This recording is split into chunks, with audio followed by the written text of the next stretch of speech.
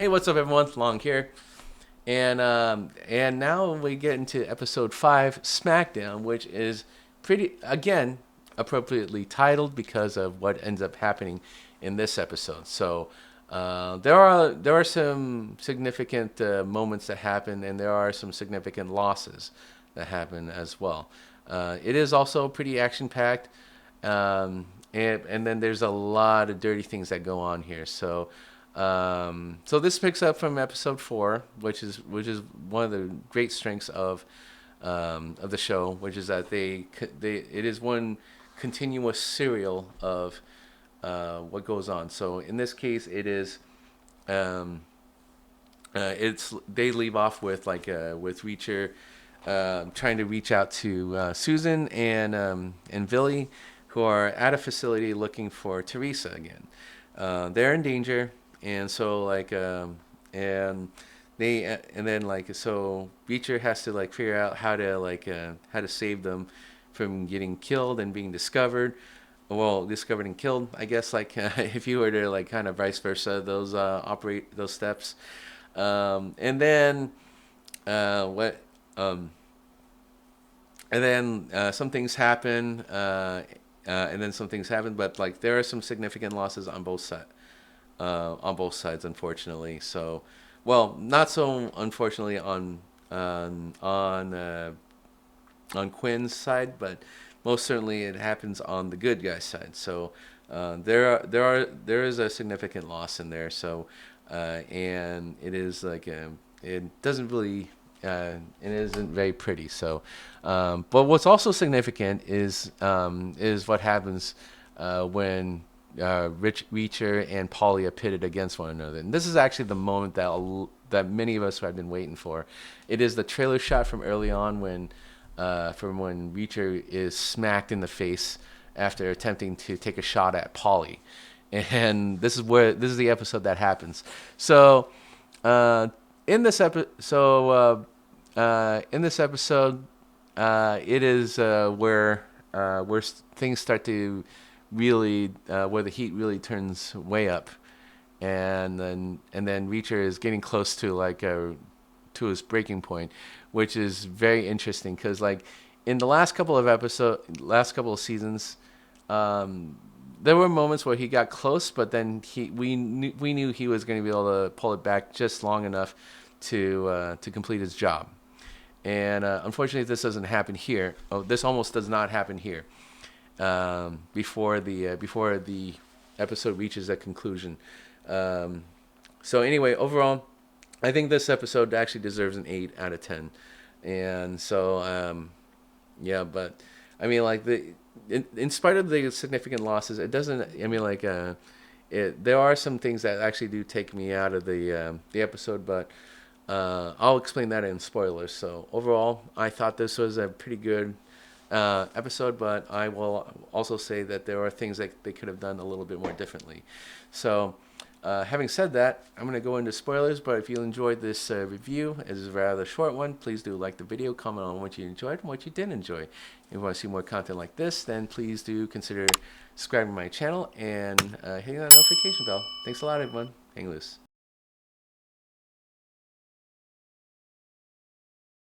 Okay, all right. So now we're gonna get into episode five Smackdown spoilers, which is that the DA agents do make it out alive out of the facility, but it also makes Reacher connect with one of the outsider crew, and then they dispose of the bodies of the other guys who did not make it out of the facility alive, and then he ends up getting to know more about how the organization operates.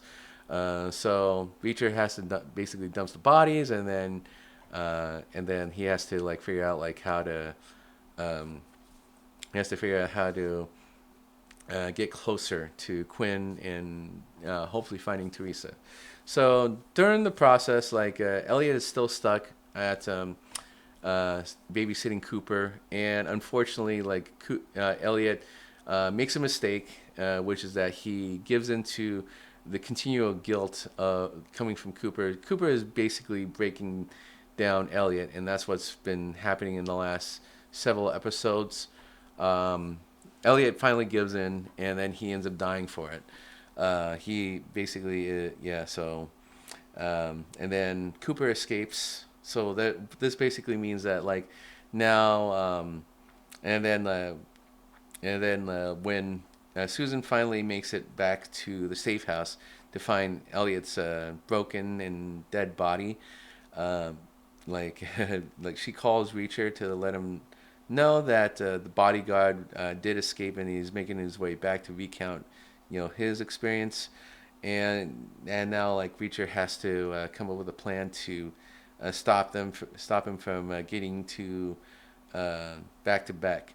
So he plots a roadblock to be set up with Billy, and then the plan works, and Reacher ends up killing the bodyguard, avenging like Elliot's death, and then he's back in time to figure out that like during Reacher's time away from the compound, Quinn actually makes a call to Beck, and he lets him know that there are infiltrators that are still in the home, and so they toss the place, and then they discover that Annette, the maid, is actually working for the ATF. They try to interrogate her, and what they find is that she has been communicating information to the ATF, basically communicating movements. And Annette is interrogated for this, but Polly ends up killing her accidentally. The sheer force of his punches would likely break a woman like Annette. And this is something that I actually did appreciate, is that Annette is actually not a strong woman. I mean, she has actually done a pretty good job of being undercover at this point. She just simply made the mistake of not, concealing her tools well enough, and she ends up like paying the price for it. And this is where it gets really, really interesting. I think like I originally said that this is an 8, but I think I honestly thinking back about it. This episode actually deserves a 9 because there is actually a lot of intrigue that goes on here. Like if you're a spy and you're going undercover, then you really do have to you need to be up on your like spycraft. And unfortunately for Annette, she made the mistake of believing that she was secure because she's a faithful maid, but then her room got tossed, and and then the thugs the eventually do find her phone that connects back to her ATF handlers. So unfortunately, Annette is brutalized and killed by Polly's interrogation methods, namely his fists, and then and she does not survive. So Reacher gets really upset about this, and then he punches Polly in the stomach. Polly does not feel anything, and then he basically smacks down on Reacher's face, and which really shocks Reacher, because he's never been taken out like that before, and now he has to reckon with the fact that he is dealing with a powerhouse, an actual physical threat to Reacher, and so that's just something that he'll have to like deal with this before the season's over. And by this time, it is now 5 episodes in. Finally, we get the Smackdown, and then there's 3 episodes to go before like Reacher and Polly come to a head, seeing who comes out on top. I think my money is still going to be on Reacher, but what's going to be interesting is like how it happens. And this is coming from someone who has not read the books yet. Reacher does end up giving a smackdown to a very talkative thug who spoke really ill of Annette, and he basically punches him in the stomach, causing him to vomit out whatever it was that was in his stomach. So good. So that's great. That's awesome, Reacher. So yeah, but needless to say, Reacher is actually shaken up, and he's brought to his to a near breaking point. Richard tries to let him know it's okay to be scared, and Reacher says, "No, I'm not scared. I was just surprised." So, but it's never going to happen again. So hopefully, he's got a plan for Polly Van Hoven, who killed Annette by accident in an interrogation session. So it is very unfortunate what happened to Annette, but it does make the plot a little bit more interesting because it is revealed that the ATF is actually actively investigating Beck, who is not being who's not being investigated for suspicion of drugs, but rather a suspicion that he is actually trading firearms through his rug import business, and that was the connection between Beck and then the drug dealer that Susan was trying to take down with Teresa by inserting Teresa into Beck's organization. Who actually is working for Julius McCabe, aka Francis Xavier Quinn. So, unfortunately, given the recent events, Reacher comes to the possible conclusion that Teresa is actually dead, and if they could dispose of Annette that quickly, then why would they keep Teresa alive for as long as they have? I mean, that is a possibility that Teresa is still alive, and maybe she knows something that they don't, but also maybe they did kill her. So who knows?